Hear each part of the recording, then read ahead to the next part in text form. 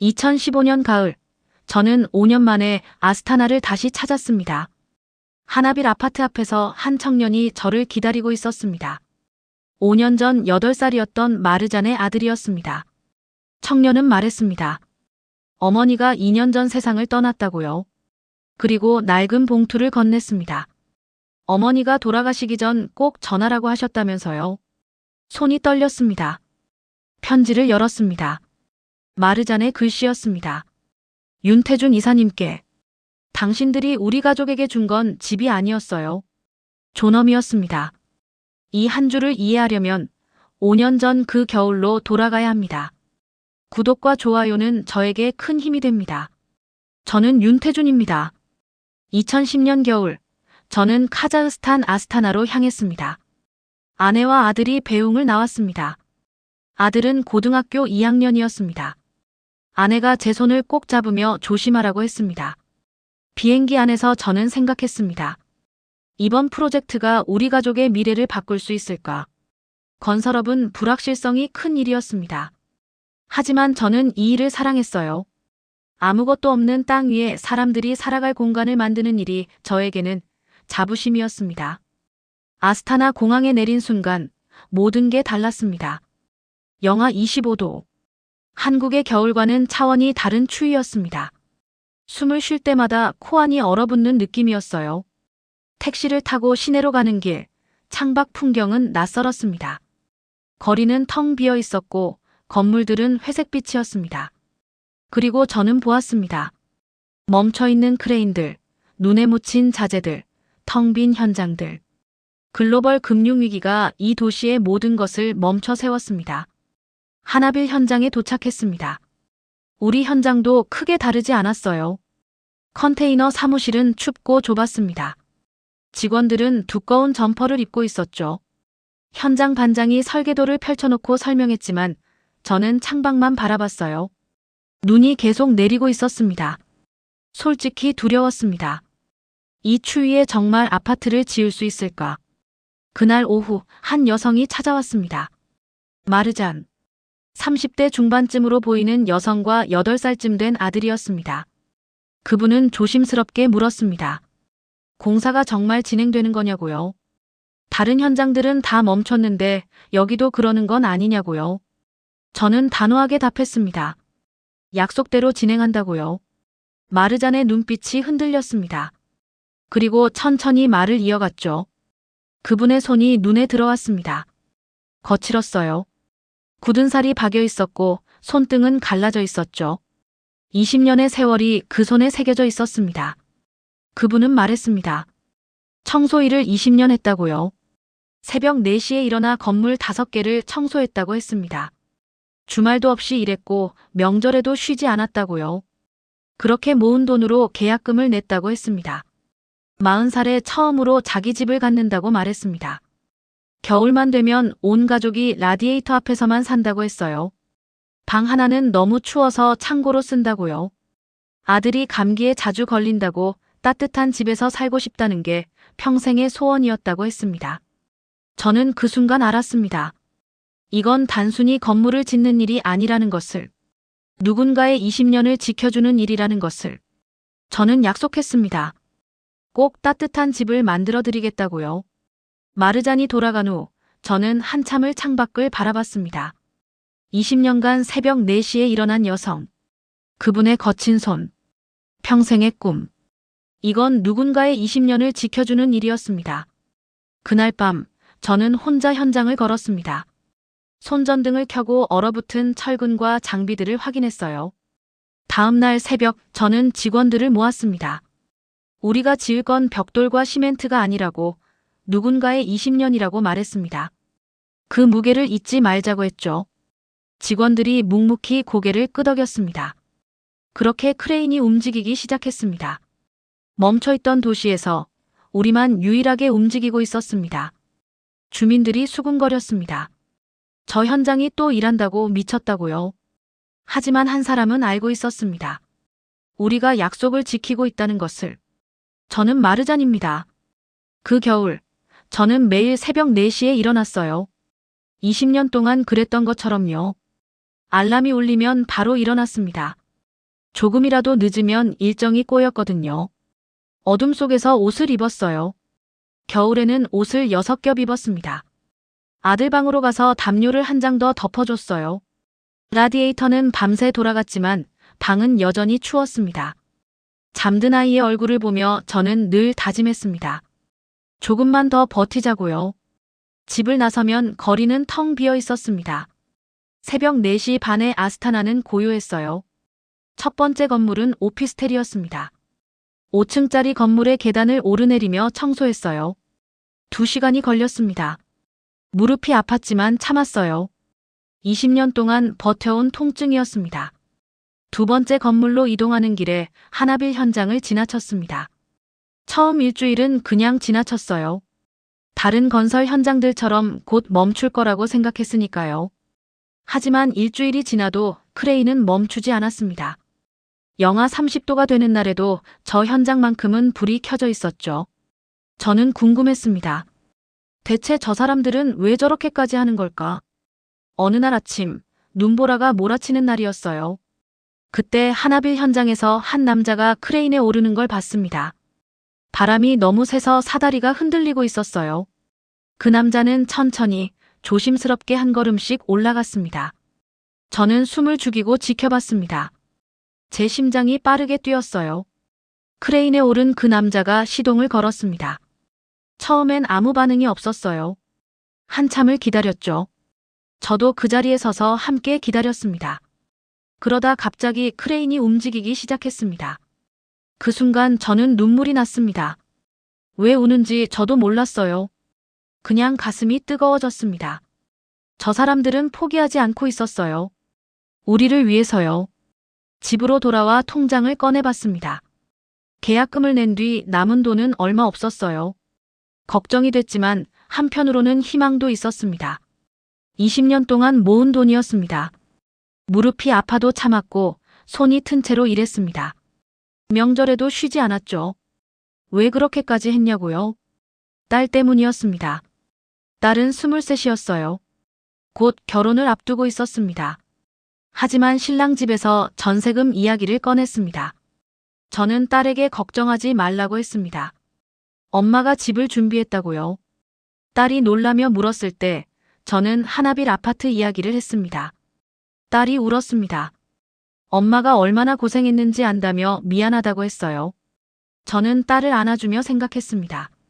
미안할 것 없다고, 엄마는 행복하다고요. 제가 이 집을 갖는 건 딸 때문이었습니다. 딸이 시집갈 때 전세 걱정 없게 해주고 싶었어요. 저도 평생 전세로 살았습니다. 집주인 눈치를 보며 살았고 2년마다 이사를 다녔죠. 이사할 때마다 딸이 울었어요. 친구들과 헤어지는 게 슬프다고요. 그때마다 저는 마음이 아팠어요. 딸만큼은 그렇게 살지 않았으면 했습니다. 자기 집에서 뿌리를 내리고 살았으면 했어요. 그래서 20년을 버텼습니다. 매일 저녁 아들과 함께 산책을 나갔습니다.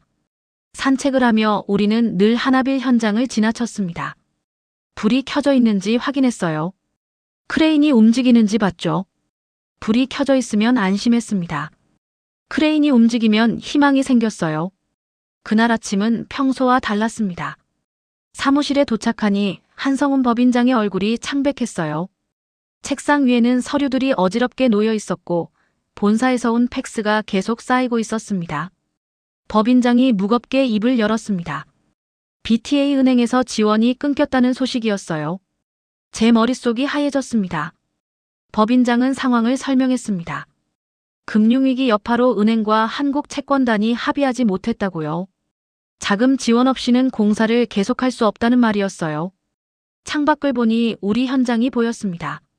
노동자들이 일하고 있었고 크레인이 천천히 움직이고 있었어요.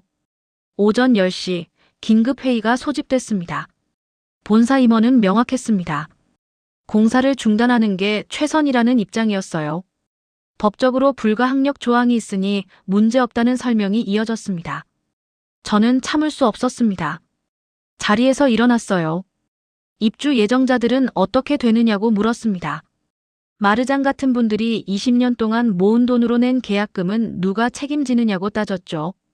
본사 임원은 법적 테두리 안에서 처리하면 된다는 답변만 반복했습니다. 저는 책상을 쳤습니다. 법적으로는 문제 없을지 몰라도 도덕적으로는 문제가 크다고 말했어요. 우리가 지금 포기하면 한국인 전체가 약속을 어기는 사람들이 된다고 했습니다.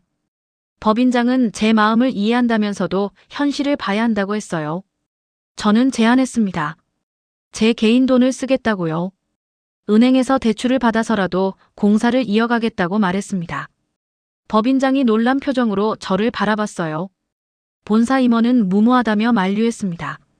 하지만 저는 물러서지 않았습니다. 회의가 끝난 후 저는 혼자 남아 있었습니다. 제 통장 잔고가 머릿속에 떠올랐습니다. 10년 동안 모은 돈이었어요. 아들 대학 등록금으로 준비한 돈이었죠. 한국에 있는 제 아들이 떠올랐습니다. 고등학교 2학년이었어요. 아들은 건축학과에 가고 싶어 했습니다. 아빠처럼 건물을 짓는 사람이 되고 싶다고 했어요. 그 돈을 여기에 쓴다는 건 아들의 미래를 담보로 잡는 것이었습니다. 그날 저녁 저는 직원들을 모았습니다. 솔직하게 상황을 설명했어요. 은행 지원이 끊겼지만 우리는 멈추지 않는다고 했습니다. 한 직원이 일어났습니다. 50대 중반의 현장 반장이었어요. 그는 자기 퇴직금 일부를 공사에 써도 된다고 했습니다. 다른 직원도 일어났습니다. 초과 근무 수당 없이 일하겠다고 했어요. 그 순간 제 눈시울이 뜨거워졌습니다. 저 혼자가 아니었습니다. 우리 모두가 함께 이 무게를 짊어지고 있었어요. 그날 밤 저는 혼자 현장을 걸었습니다. 저는 주머니에서 통장을 꺼냈습니다. 10년의 세월이 담긴 숫자들이 보였습니다. 호텔로 돌아와 아내에게 전화를 걸었습니다. 한참을 망설이다가 상황을 설명했어요. 은행 지원이 끊겼다고, 아들 등록금을 여기에 쓰게 될 것 같다고 말했습니다. 아내는 한동안 말이 없었습니다. 그리고 아내가 천천히 말했습니다. 당신이 옳다고 생각하는 일을 하라고요. 아들 등록금은 어떻게든 마련하겠다고 했습니다. 아내의 목소리는 떨리고 있었지만 단호했습니다. 20년을 함께 산 사람이었어요. 제가 무엇 때문에 고민하는지, 무엇을 지키려고 하는지 알고 있었죠. 전화를 끊고 한참을 창밖을 바라봤습니다. 눈물이 났습니다. 아내에게 미안했고 아들에게도 미안했어요. 하지만 멈출 수 없었습니다. 멀리 주택단지의 불빛이 보였습니다. 저 불빛 아래 마르잔이 살고 있었죠. 그분도 20년 동안 모은 돈을 우리에게 맡겼습니다. 딸의 미래를 우리에게 걸었어요. 제가 지금 포기하면 그분의 20년도 함께 무너지는 겁니다. 저는 결심했습니다. 끝까지 해내겠다고요. 다음 날 새벽 평소처럼 현장에 나갔습니다. 직원들도 모두 나와 있었어요. 크레인이 움직이기 시작했습니다.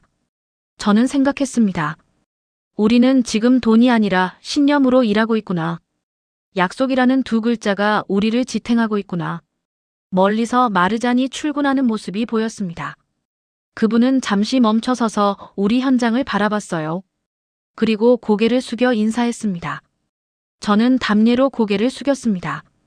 우리는 서로를 위해 싸우고 있었어요. 저는 그 겨울 내내 그들을 지켜봤습니다. 매일 새벽 하나빌 현장은 6시가 되면 어김없이 불이 켜졌습니다. 가장 먼저 도착하는 사람은 언제나 윤이사였어요. 그분은 혼자서 현장을 돌았습니다. 손전등을 들고 장비를 점검하고 얼어붙은 자재를 확인했죠. 그 모습을 보며 저는 생각했습니다. 저분도 누군가의 아버지겠구나. 노동자들은 추운 날씨에도 묵묵히 일했습니다. 1시간마다 컨테이너에 들어가 몸을 녹이고 다시 나와 작업을 이어갔죠. 제 손도 거칠었습니다. 20년 동안 청소 일을 하며 생긴 굳은 살과 상처들이 있었어요. 저도 그들처럼 약속을 지켜야 했으니까요. 딸에게 한 약속이요. 2월 중순쯤이었습니다. 유난히 추운 날이었어요. 온도계는 영하 33도를 가리키고 있었습니다. 하나빌 현장을 지나는데 평소와 다른 분위기가 느껴졌습니다. 노동자들이 컨테이너 밖에 모여 서 있었어요. 저는 멈춰 섰습니다. 무슨 일이 생긴 걸까? 혹시 공사를 중단하는 건 아닐까? 가슴이 철렁 내려앉았어요. 그날 오후 딸에게서 전화가 왔습니다. 결혼 예식장 계약금을 내야 하는데 어떻게 하면 좋겠냐는 내용이었어요. 저는 딸에게 걱정하지 말라고 했습니다. 아파트는 잘 진행되고 있다고, 곧 완성될 거라고 말했어요. 하지만 제 목소리는 떨리고 있었습니다. 전화를 끊고 통장을 다시 꺼내봤습니다. 남은 돈으로 중도금을 낼 수 있을까? 하지만 저는 믿기로 했습니다. 윤이사와 한국 사람들을 믿기로요. 그날 저녁 아들과 산책을 나갔습니다. 하나빌 현장으로 향했어요. 불이 켜져 있기를 간절히 바랐습니다. 멀리서 현장이 보였습니다. 불이 켜져 있었어요. 크레인도 움직이고 있었죠. 저는 안도의 한숨을 내쉬었습니다. 하지만 뭔가 달랐습니다. 평소보다 더 많은 사람들이 일하고 있었어요. 밤 9시가 넘었는데도 작업이 계속되고 있었습니다. 저는 현장 근처까지 다가갔습니다. 노동자들의 얼굴이 보였어요. 피곤해 보였지만 포기한 표정은 아니었습니다. 그때 윤이사가 현장을 돌고 있는 모습이 보였습니다. 그분은 일하는 사람들 한 명 한 명에게 다가가 어깨를 두드려주고 있었어요. 저는 그 모습을 보며 알았습니다. 뭔가 어려운 일이 생긴 거구나. 하지만 저들은 포기하지 않았구나. 집으로 돌아와 저는 오랜 친구에게 전화를 걸었습니다. 그 친구도 하나빌의 분양을 받았습니다. 친구는 불안해하고 있었습니다. 다른 건설 현장들이 다 멈췄는데 하나빌도 그럴 것 같다고 걱정했어요. 저는 친구를 안심시켰습니다. 저 사람들은 다르다고, 끝까지 할 거라고 말했어요. 저는 답했습니다.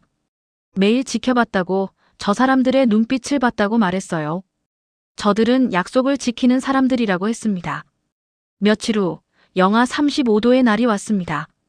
이런 날씨에는 보통 공사가 불가능했습니다. 하지만 하나빌 현장은 달랐습니다. 그날도 불이 켜져 있었어요. 저는 현장으로 갔습니다. 보온병에 따뜻한 차를 가득 담아서요. 같은 단지에 사는 입주 예정자 3명이 함께였어요. 우리는 작업이 끝날 때까지 기다렸습니다. 밤 8시쯤 노동자들이 컨테이너로 들어갔어요. 우리는 다가가서 보온병을 건넸습니다. 윤이사가 나왔습니다. 그분은 우리를 보고 놀란 표정이었어요. 우리는 말없이 보온병을 내밀었습니다. 그분이 받으며 고개를 숙였습니다. 우리도 고개를 숙였어요. 말은 필요 없었습니다. 우리는 서로를 이해하고 있었으니까요. 집으로 돌아오는 길 함께 갔던 한 여성이 말했습니다. 저 사람들은 단순히 돈 때문에 일하는 게 아니라고요. 저는 고개를 끄덕였습니다. 맞아요. 저들에게는 돈보다 더 중요한 게 있었습니다. 약속이었고 신뢰였고 자부심이었어요. 그날 밤 저는 딸의 어릴 적 사진을 꺼내봤습니다. 5살 때 사진이었어요. 그때부터 저는 다짐했습니다. 이 아이만큼은 제가 겪은 고생을 시키지 않겠다고요. 20년이 걸렸습니다. 새벽 4시에 일어나 무릎이 아파도 참았고 손이 터져도 일했어요. 그리고 이제 거의 다 왔습니다. 창밖으로 눈이 내리고 있었습니다. 하지만 하나빌 현장의 불빛은 꺼지지 않았어요. 저는 그 불빛을 보며 기도했습니다. 저 사람들이 끝까지 해낼 수 있게 해달라고요. 새벽 4시 알람이 울렸습니다. 창밖을 보니 눈보라가 미친 듯이 휘몰아치고 있었어요. 온도계는 영하 32도를 가리키고 있었죠. 하지만 오늘을 놓치면 안 됐습니다. 일기예보에 따르면 앞으로 일주일은 더 큰 눈보라가 온다고 했어요. 호텔 세면대에 찬물로 세수를 했습니다. 거울 속 제 얼굴이 보였어요. 눈가에 주름이 깊어졌고 며칠 못 깎은 수염이 거칠었죠. 하지만 눈빛만큼은 흔들리지 않았습니다. 현장에 도착하니 직원들이 벌써 와 있었습니다. 모두들 불안한 표정이었죠. 현장 반장이 다가왔어요. 크레인이 얼어서 무너질 수도 있다고 했습니다. 저는 장비를 하나씩 점검했습니다. 손에 닿는 금속이 차갑게 얼어 있었어요. 지난밤 은행에서 대출을 받았습니다. 제 아들 등록금으로 모아둔 돈을 모두 담보로 잡혔어요. 이제 물러설 곳이 없었어요. 안전모를 단단히 고쳐 쓰고 장갑을 꼈습니다. 크레인을 향해 걸었습니다. 바람이 얼굴을 칼로 베는 것처럼 아팠어요. 눈보라가 시야를 가렸죠. 철제 사다리 앞에 섰습니다. 위를 올려다봤어요. 크레인 조종석이 저 멀리 보였습니다. 첫 번째 발을 사다리에 올렸습니다. 손으로 난간을 잡는 순간 차가움이 장갑을 뚫고 들어왔어요. 손에 힘을 주고 한 걸음씩 올라갔습니다. 바람이 저를 흔들었습니다. 사다리가 좌우로 흔들렸어요. 10걸음쯤 올라갔을 때 바람이 더 세졌습니다. 사다리가 크게 흔들렸어요. 저는 멈춰서서 난간을 꽉 잡았습니다. 제 아들 얼굴이 떠올랐습니다. 아들이 제게 말했었죠. 아빠처럼 멋진 어른이 되고 싶다고요. 저는 숨을 깊이 들이마셨습니다. 그리고 다시 올라가기 시작했어요. 사다리 중간쯤 올라갔을 때였습니다. 발이 미끄러졌어요. 순간 심장이 멎는 것 같았죠. 온몸에 힘을 주며 간신히 손으로 난간을 붙잡았습니다. 아래서 직원들의 비명소리가 희미하게 들렸습니다. 저는 고개를 끄덕여 괜찮다는 신호를 보냈어요. 마르잔의 얼굴이 떠올랐어요. 20년 동안 새벽 4시에 일어난 그 여성의 거친 손이 생각났습니다. 멈출 수 없었습니다. 저도 아버지였으니까요. 마침내 크레인 조종석에 도착했습니다. 온몸이 땀으로 젖어 있었지만 동시에 얼어붙고 있었어요. 조종석 문을 열고 들어갔습니다. 떨리는 손으로 시동 버튼을 눌렀어요. 아무 반응이 없었습니다. 크레인이 완전히 얼어붙어 있었던 거죠. 다시 한번 버튼을 눌렀습니다. 여전히 아무 반응이 없었어요. 저는 눈을 감았습니다. 제발, 제발 움직여달라고 기도했어요. 세 번째 시도였습니다. 버튼을 길게 눌렀어요. 끽. 크레인이 천천히 움직이기 시작했습니다. 저는 안도의 한숨을 내쉬었습니다. 아래서 환호하는 소리가 희미하게 들렸습니다. 저는 조심스럽게 레버를 조작했어요. 눈보라 속에서 앞이 잘 보이지 않았지만 멈출 수 없었습니다. 철근 더미를 향해 크레인을 움직였습니다. 천천히, 아주 천천히요. 바람에 크레인이 흔들렸어요. 철근을 들어 올렸습니다. 1시간이 지났습니다. 손가락 감각이 사라지기 시작했어요. 2시간, 3시간. 해가 떠올랐지만 눈보라는 여전했죠. 4시간째, 손은 이미 감각이 없었습니다. 하지만 멈출 수 없었습니다. 창밖을 보니 멀리서 누군가 서 있었습니다. 마르잔이었습니다. 그분은 출근길에 멈춰서서 저를 지켜보고 있었어요. 저는 힘을 냈습니다. 저분을 위해서, 제 아들을 위해서요. 5시간째, 6시간째. 온몸이 얼어붙고 있었습니다. 제 아들의 등록금, 직원들의 퇴직금, 마르잔의 20년이 모두 이 레버에 걸려 있었으니까요. 7시간째, 마지막 철근을 제자리에 놓았습니다. 그 순간 온몸에 힘이 빠졌어요. 하지만 해냈습니다. 크레인에서 내려갔습니다. 사다리를 내려갈 때 다리가 후들거렸어요. 땅에 발을 딛는 순간 다리가 휘청거렸습니다. 직원 2명이 달려와 저를 부축했어요. 그들의 눈에 눈물이 고여 있었습니다. 컨테이너로 돌아왔습니다. 누군가 따뜻한 차를 건넸어요. 손이 너무 떨려서 컵을 잡을 수가 없었습니다. 창밖을 보니 마르잔이 여전히 서 있었습니다. 그분은 눈물을 닦고 있었어요. 저는 그분을 향해 고개를 숙였습니다. 그분도 깊이 고개를 숙였어요. 그날 공사는 15시간 동안 이어졌습니다. 밤 10시, 혼자 남아 현장을 마지막으로 돌았습니다. 오늘 우리가 이뤄낸 걸 보며 저는 생각했어요. 우리는 지금 건물이 아니라 신뢰를 쌓고 있었습니다. 한국인의 이름으로, 한 사람의 아버지로, 약속을 지키는 어른으로요. 드디어 입주일이 다가왔습니다. 몇 달간의 혹한과 싸움 끝에 우리는 약속을 지켜냈어요. 아파트가 완성됐죠. 입주 첫날 아침, 저는 일찍 현장에 나갔어요. 입주민들이 하나둘 도착하기 시작했죠. 짐을 실은 트럭들이 줄지어 들어왔습니다. 마르잔 가족도 도착했습니다. 그분은 아파트를 올려다보며 한참을 서 있었어요. 아들이 엄마 손을 잡고 빨리 올라가자고 했습니다. 저는 조용히 그들을 지켜봤어요. 저 가족의 소박한 꿈을 지켜냈다는 사실이 가슴 벅찼습니다. 입주가 시작되고 몇 시간 후였습니다. 한 세대에서 연락이 왔어요. 저는 서둘러 그 집으로 향했습니다. 문을 열고 들어가니 마르잔 가족이 있었어요. 놀랍게도 그녀의 아들은 반팔 티셔츠를 입고 있었습니다. 밖은 영하 28도인데 말이죠. 마르자는 믿기지 않는다는 표정이었습니다. 태어나서 처음 겪는 일이라고 했습니다. 그분의 눈에 눈물이 고였어요. 저는 거실 바닥을 가리키며 설명했습니다. 이건 온돌이라고, 한국의 전통 난방 방식이라고요. 바닥 아래로 뜨거운 물이 흐르면서 집 전체를 따뜻하게 만든다고 말했죠. 마르자는 바닥에 손을 댔습니다. 그리고 천천히 신발을 벗고 맨발로 바닥을 밟았어요. 그분은 그 자리에 주저앉았습니다. 50년을 살았지만 이런 따뜻함은 처음이라고 했어요. 다른 세대들도 마찬가지였습니다. 입주민들은 서로의 집을 방문하며 온기를 나눴죠. 아이들은 바닥에 누워 즐거워했고 어르신들은 처음으로 두꺼운 옷을 벗었습니다. 한 할머니는 제 손을 잡았습니다. 평생 추위와 싸워왔다고, 하지만 이제는 다르다고, 이 집은 단순한 집이 아니라 새로운 삶이라고 말했습니다.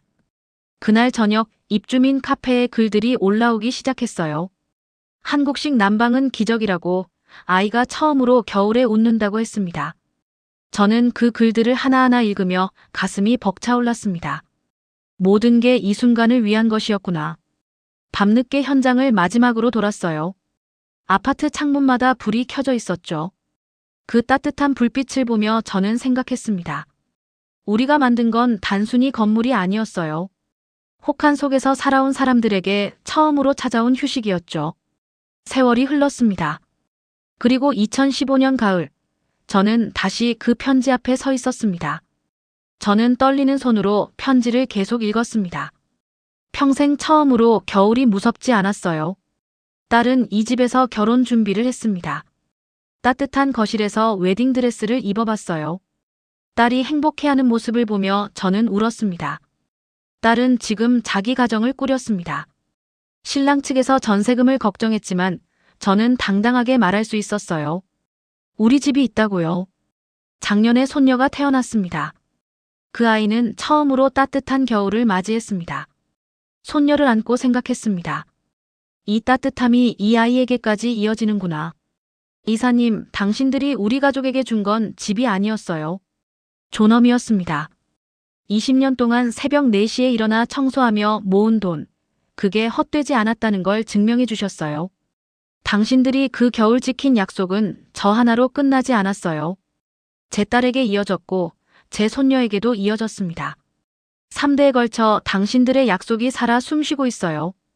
저는 이제 편안히 눈을 감을 수 있어요. 당신 덕분입니다. 고맙습니다.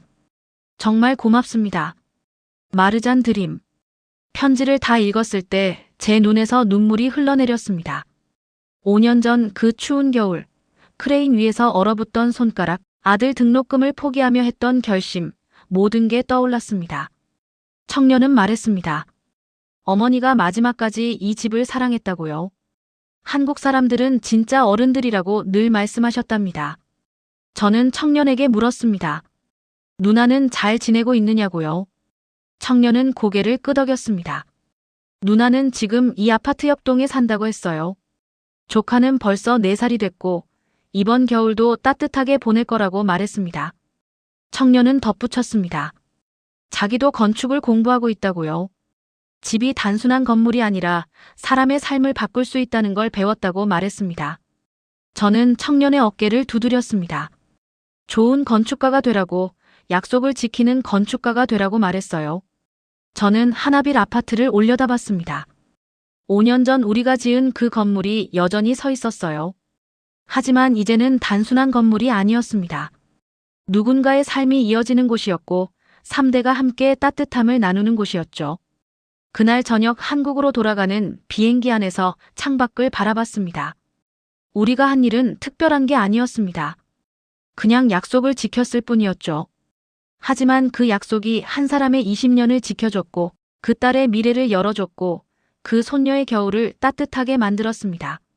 진정한 약속은 이렇게 이어지는 것이었습니다. 세대를 넘어, 국경을 넘어, 시간을 넘어서요. 오늘 이야기가 마음을 조금이나마 따뜻하게 해드렸다면 참 좋겠습니다. 늘 건강하시고 다음 감동 이야기에서 또 뵙겠습니다. 감사합니다.